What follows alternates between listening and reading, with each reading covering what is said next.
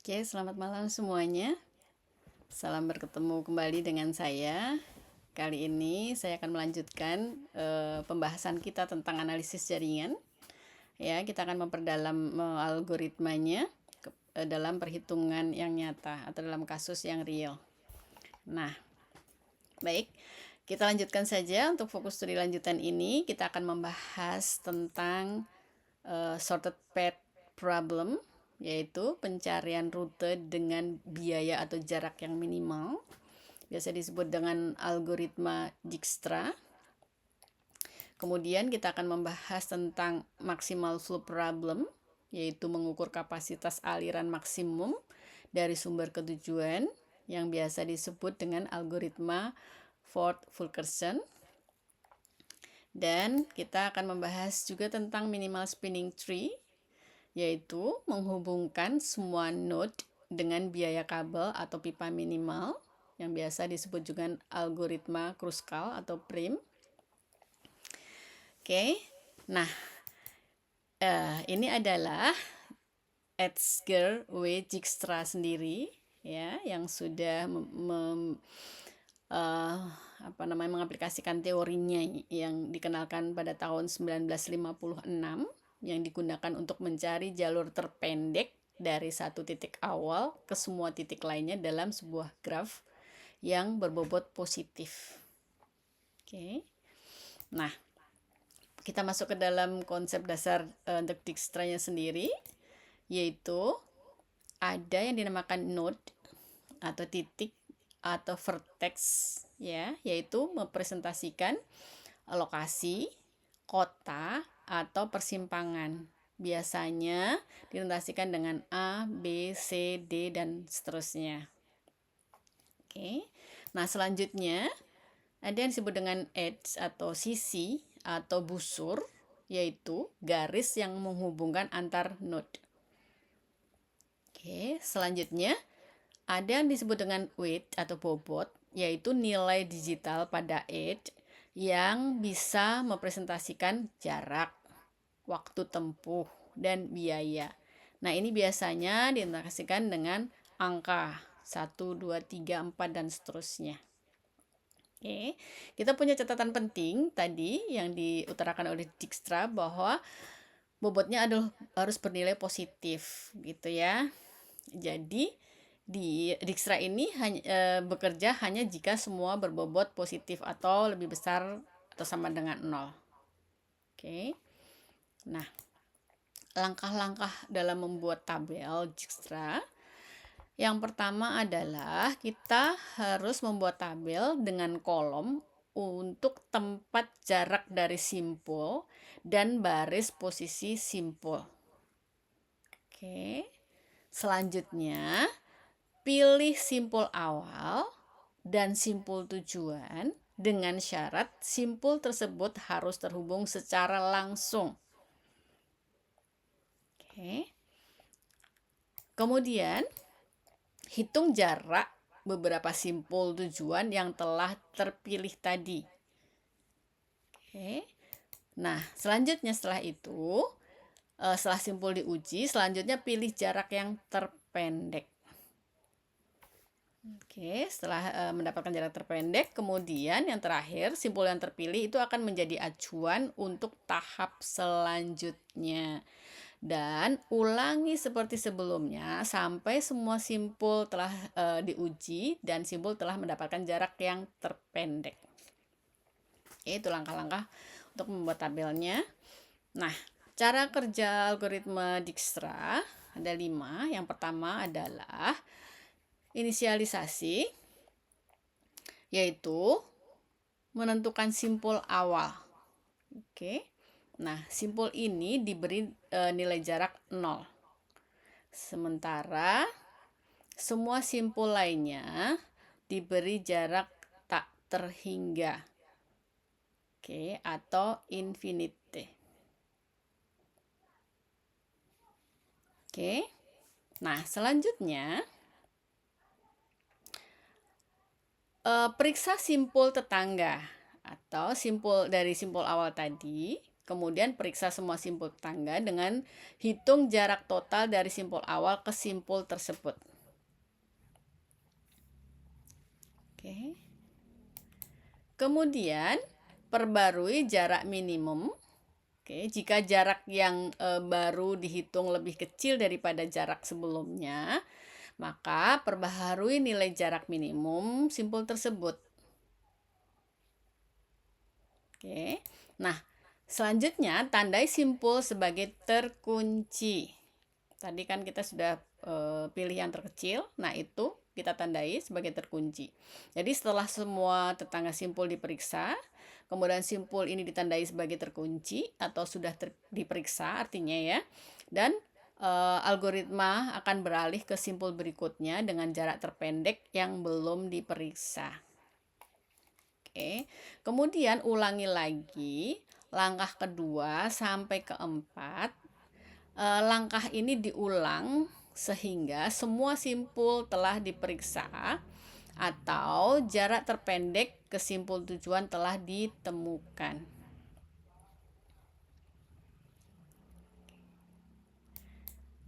Oke. Nah, kita masukkan ke dalam contoh algoritma Dijkstra. Ini grafnya. Nah, kita akan masukkan ke dalam tabel ya. Kita lihat dari S ke S, kita tadi berikan 0.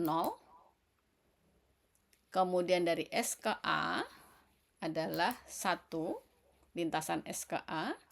Kemudian di sini S ke B 5, ya, lintasan S ke B. Kemudian kalau S ke C infinity, ke D infinity, ke E infinity, ya, karena tidak berhubungan langsung. Kemudian kita cari yang terkecil di sini. Yang terkecil untuk dikunci. Yang terkecil adalah 1, kita kunci. Nah, kemudian kita akan sebagai titik awalnya A, dan kita copy saja yang ini yang sudah terkunci. Kemudian kita cari dari A ke B. A ke B. Jadi di sini ada SAB yaitu 3 dengan lintasan SAB. Kemudian A ke C yaitu SAC 3 dengan lintasan SAC. Kemudian D ini ada 2 ya, SAD ini. Kemudian E infinity. Nah, kita cari lagi yang terkecil. Di sini yang terkecil kedua adalah di 2. Kita kunci. Kemudian kita cari lagi D sebagai titik awal. Kita copy aja yang sudah terkunci di sini. Tinggal kita cari untuk ke B. Untuk D ke B. D ke B. Berarti ada SADB. Di sini lintasannya ada 4. Tapi tadi kalau misalnya ada yang lebih kecil, maka kita harus rubah. Karena kita sudah punya 3 SAB, maka tinggal kita masukkan, kita rubah ya. Dari 4 SADB menjadi 3 SAB. Yang untuk lintasan ke C, dari D ke C sama ya. Di sini SADC itu ada 5. Kita berarti ini lebih kecil, maka kita tinggal copy saja. Kemudian ke E, D ke E. Berarti ada SADE. Ada 4 lintasan SADE. Ya. Kita cari lagi yang terkecil. Di sini ada 2 yang sama, 3 dan 3. Ini sama kecilnya. Kita ambil yang salah satunya di sini. Kita kunci. Maka kita cari lagi, kita copy yang sudah dikunci. Untuk B ke C, SBAC bisa, SBDC bisa, tapi lintasannya dia lebih panjang. Ini adalah berapa nih? 5, 7, 10. Di sini 1, 3, 5, 8 lebih besar, maka kita tinggal copy saja ya. Oke, kemudian dari D ke E. SB D E ini berapa? 9. Oke, kita punya lintasan yang kecil, sehingga kita tinggal salin saja. Kemudian kita cari lagi yang terkecil dari ini semuanya, ada 3, kita kunci sehingga kita sekali lagi kita kopikan saja yang sudah di sini. Kemudian lintasan ini yang terakhir sama 4 SADE, SADE atau SADCE.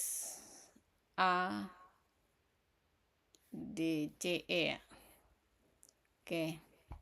Nah, kemudian kita tinggal lintasan terpendek tadi SADE atau SACE sama di sini ada 4, SADE juga 4, jadi sama ya.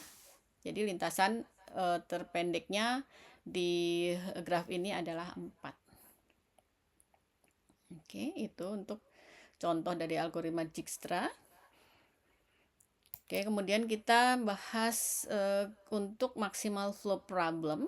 Kalau tadi sorted path problem, ini maximal flow problem. Jadi kita bicara tentang prinsip Ford-Fulkerson, yaitu masalah menentukan jumlah aliran maksimum yang dapat dikirim dari S atau source ke sink atau T melalui jaringan dengan kapasitas tertentu pada busur. Oke, nah augmenting path yaitu lintasan dari S ke T yang masih memiliki kapasitas sisa atau residual capacity lebih besar daripada 0. Tadi syaratnya adalah positif, jadi lebih besar atau sama dengan 0 ya. Oke. Ini adalah grafnya, yaitu dari source atau S ke sink atau T. Ya, di sini ini adalah flow, ini adalah kapasitinya. Ya, ini flow, ini kapasitinya, seperti itu. Oke. Nah, kita cari ya untuk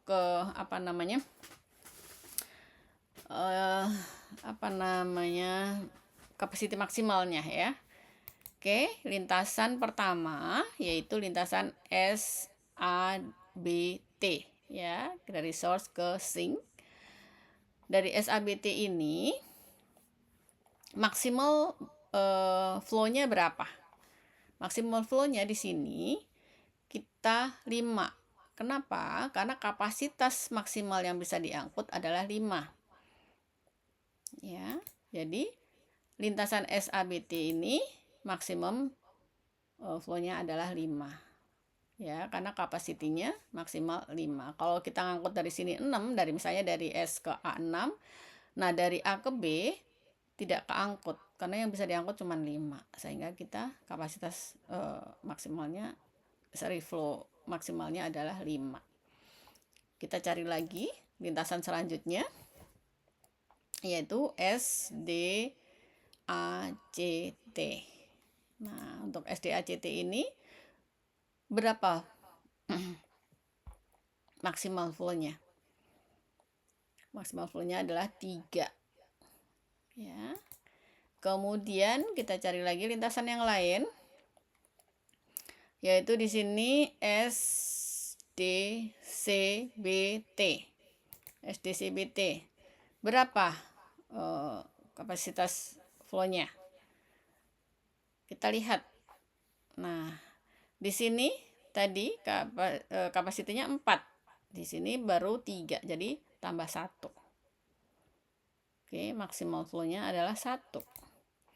Kemudian ada lagi lintasan yang belum dilalui, yaitu SADCT.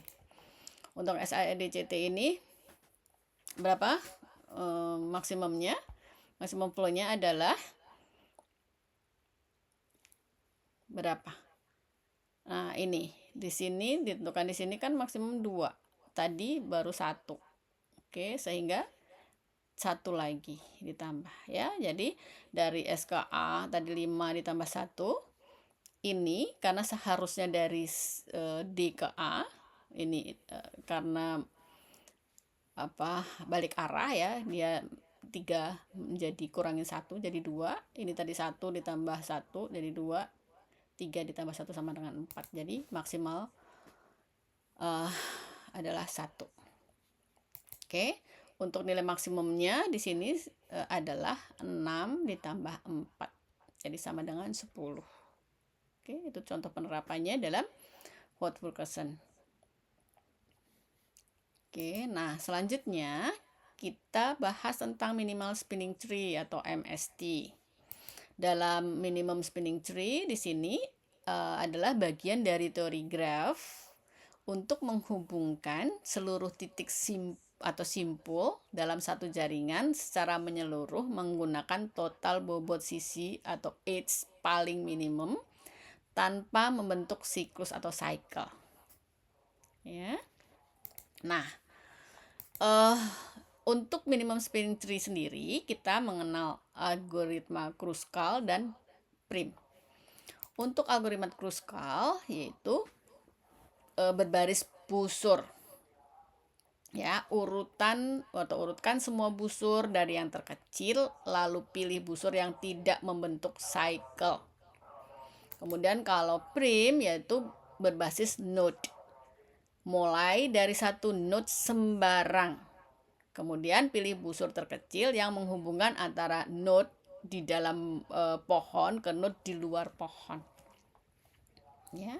Untuk lebih jelasnya, pohon merentang atau spinning tree di sini adalah graf yang diperoleh dengan memutus sirkuit dengan cara menghilangkan beberapa sisi di dalam graf awal tanpa mengurangi jumlah simpulnya.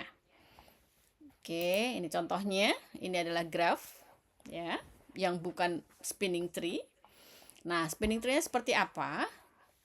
Tadi spinning tree itu atau pohon merentang itu diperoleh dengan memutus sirkuit.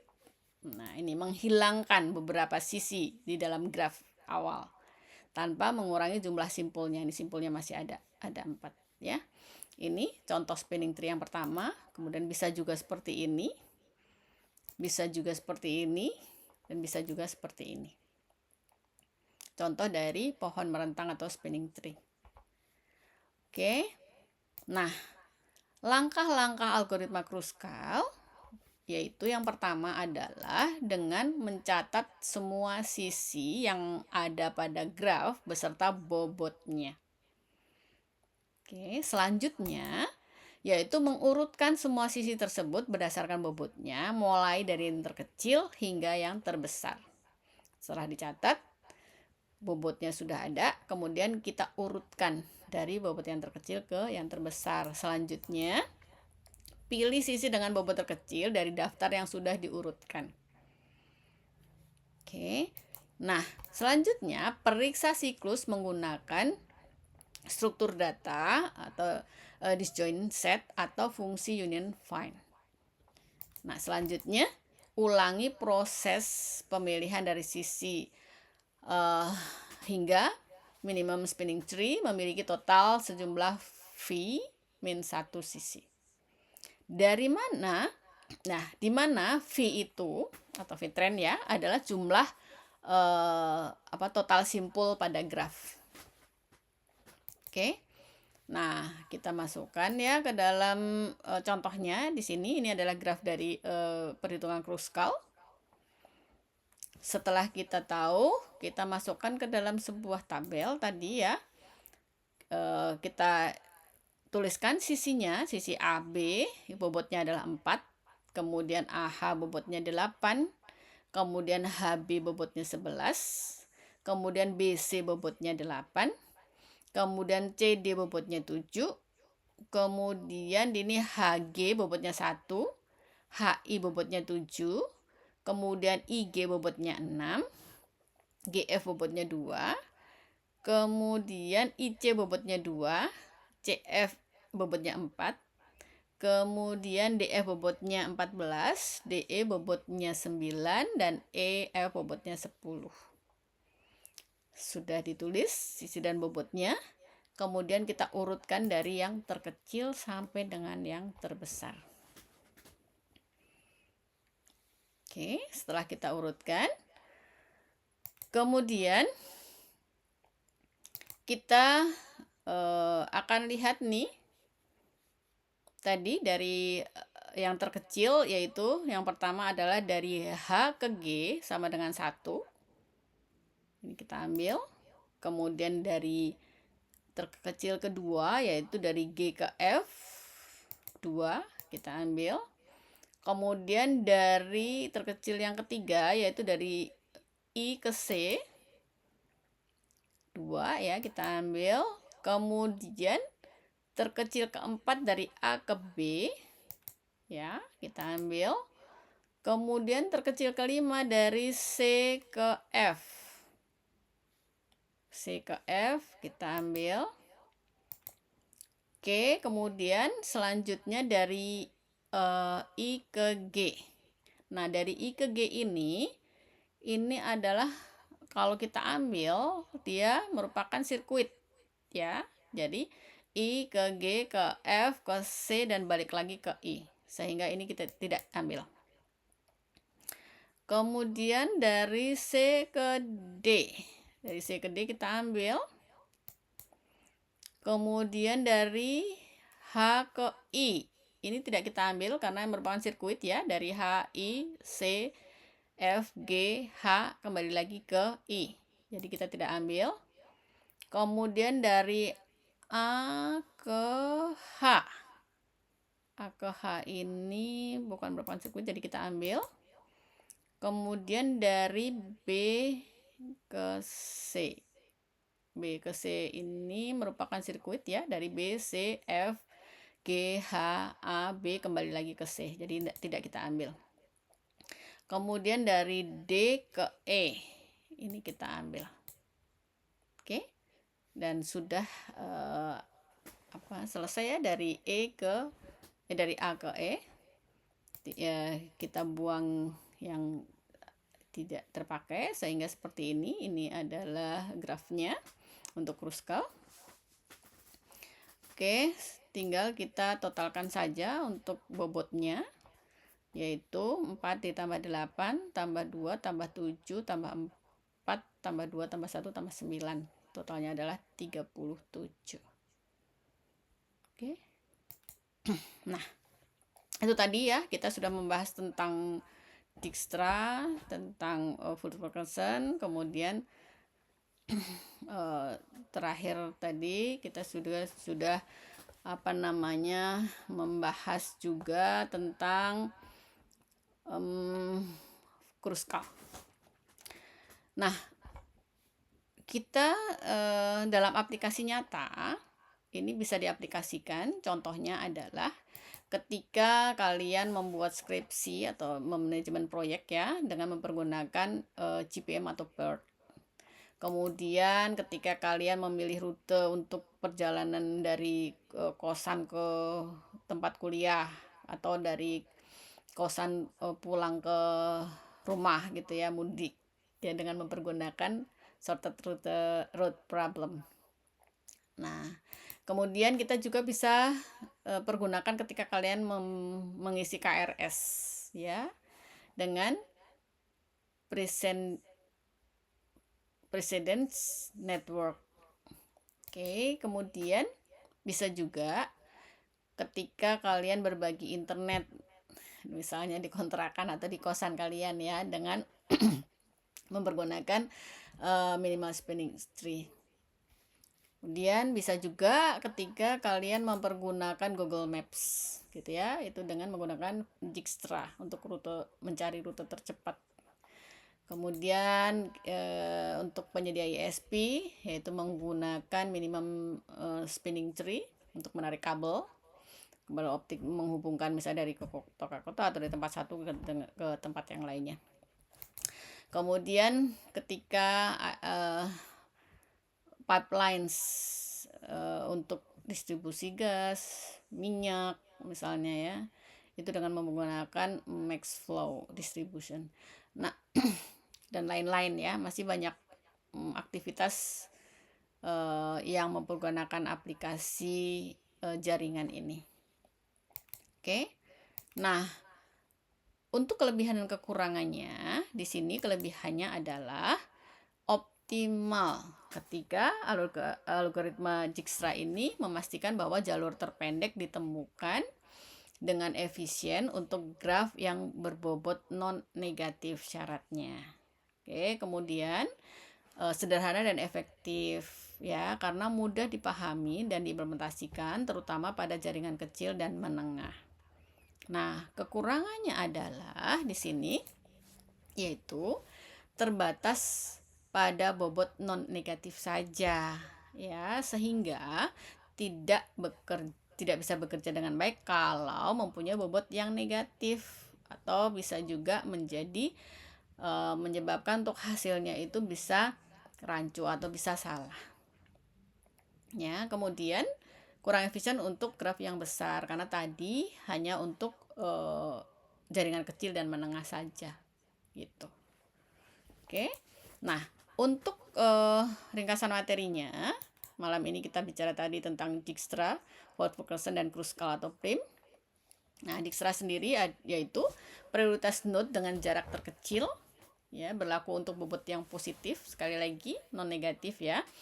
Kemudian untuk Vogt-Funckelsen sendiri terus cari lintasan penambah aliran sampai dengan kapasitas jenuh. Kemudian untuk Kruskal atau Prim menggunakan untuk meminimalkan infrastruktur tanpa membentuk siklus. Oke, itu saja teman-teman.